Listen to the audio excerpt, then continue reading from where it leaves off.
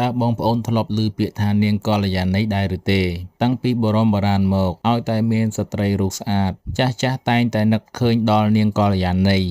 តើជីវិតនាងកល្យាណីគឺជាយ៉ាងណាឥឡូវនេះខ្ញុំមកសម្រាយរឿងនាងកល្យាណីជូនបងប្អូនទាំងអស់នេះឲ្យបានស្ដាប់បរិសថោកទាបច្រើនចាញ់បោកប្រាជ្ញាស្រីកាលព្រះសម្មាសម្ពុទ្ធបរមគ្រូសាងបារមីនៅឡើយទ្រង់សោយព្រះជាតិជាកូនសេដ្ឋីមានឈ្មោះថា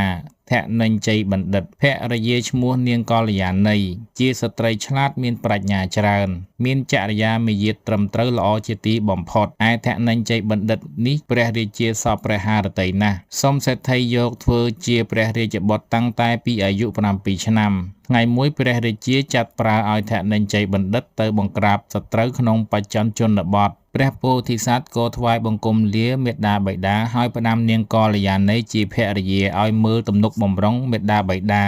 និងថែរក្សាខ្លួនកុំឲ្យសត្រូវមើលងាយផ្ដាំស្រេចហើយក៏នាំសេនាទាហានចេញទៅច្បាំងមានសេចក្តីដំណាលថាក្នុងនគរនោះមានសេនាបតីម្នាក់ឈ្មោះឧជុកសេនាបតីជាសត្រូវនឹងព្រះពោធិសត្វកាលបើដឹងថាព្រះពោធិសត្វព្រះរាជាចាត់ឲ្យចេញទៅបង្ក្រាបសត្រូវបាត់ហើយនៅតែនាងកល្យាណីក៏ហៅអ្នកប្រាជ្ញ3នាក់ជាសម្ដេចរបស់ខ្លួនមកប្រាប់ឲ្យទៅប្រឡោមស្រឡាញ់នាងកល្យាណី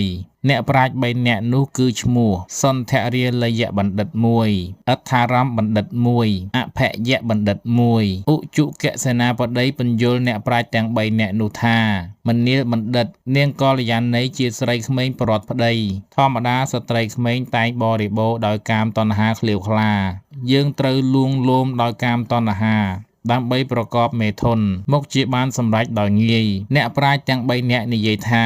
បបិទ្ធលោកម្ចាស់ការនេះមិនងាយទេ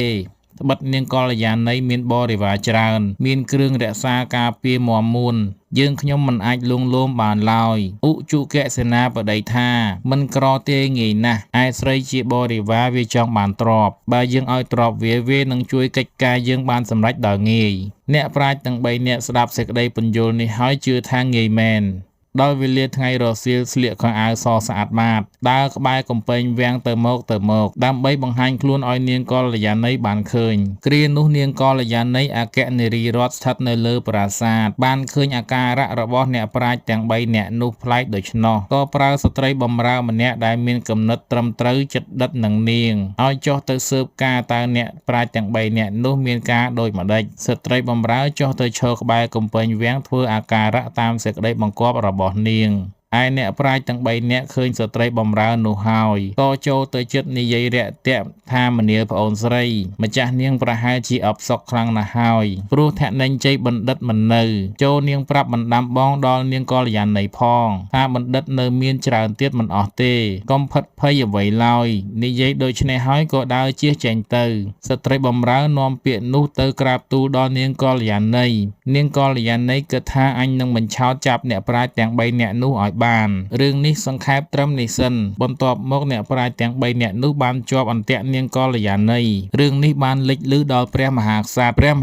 បានខ្ញាល់យ៉ាងខ្លាំងទ្រាំនឹងកំហឹងនេះមិនបានក៏បញ្ជាសេនាឲ្យយកបរិសទាំង3នាក់នោះព្រមទាំងឧជុកសេនាបតីម្នាក់ទៀតយកទៅប្រហារជីវិតប៉ុន្តែមុនពេលយកទៅប្រហារជីវិតក៏សួរយោបល់នាងកល្យាណីជាកូនប្រសាសិននាងកល្យាណីបានឆ្លើយថាបបិទ្ធព្រះភូមិន្ទទោសរបស់ជនទាំង4នាក់នេះគួរណាស់តែខ្ញុំព្រះអង្គសូមទោសជំនួសប៉ុន្តែបើខ្ញុំព្រះអង្គសូមទៅព្រះអង្គក្តីសូមទៅស្វាមីខ្ញុំព្រះអង្គក្តីនិងរង្គៀសចិត្តចំពោះខ្ញុំព្រះអង្គថាប្រហែលជាប្រព្រឹត្តអនាចារជាមួយជនទាំង4នាក់នេះបានជាមានចិត្តមេត្តាសូមទោសឲ្យព្រោះហេតុនេះខ្ញុំម្ចាស់មិនសូមទោសដល់ជនទាំង4នាក់នោះទេព្រះនាងកល្យាណីក៏ថ្វាយបង្គំលាព្រះរាជបិតាត្រឡប់ទៅលំនៅរបស់នាងវិញទៅចំណែកឯជនទាំង4នាក់គឺឧជុកសេនាបតី1សន្ធរាលយបណ្ឌិត1អដ្ឋារម្មបណ្ឌិត1អភយបណ្ឌិត1ពេជ្ជឃាតបាននាំយកទៅដាក់គុកដល់នៅទុកសេចក្តីវេទនាក្នុងកាលនោះឯងរឿងនេះសង្ខេបតែប៉ុណ្ណោះដើម្បីជាតថានុគតិបំភ្លឺឲ្យឃើញច្បាស់ថាភ្លើងរាគៈតែងដុតកំឡោចសត្វដែលល្ងងឥតបញ្ញាដែលស្រវឹងងប់ងល់ក្នុងកាមរាគៈដែលប្រព្រឹត្តអបាយមុខដែលលងគំនិតទៅក្នុងស្ត្រីភាពដែលមានចំណងគ្របសង្កត់សុបឲ្យវិនិច្ឆ័យអន្តរាយចយុស័កទ្រព្យសម្បត្តិនិងប្រយោជន៍ក្នុងលោកទាំងពីរដោយពិតដូចរឿងរ៉ាវដែលបាននាំមកសម្ដែងនេះឯង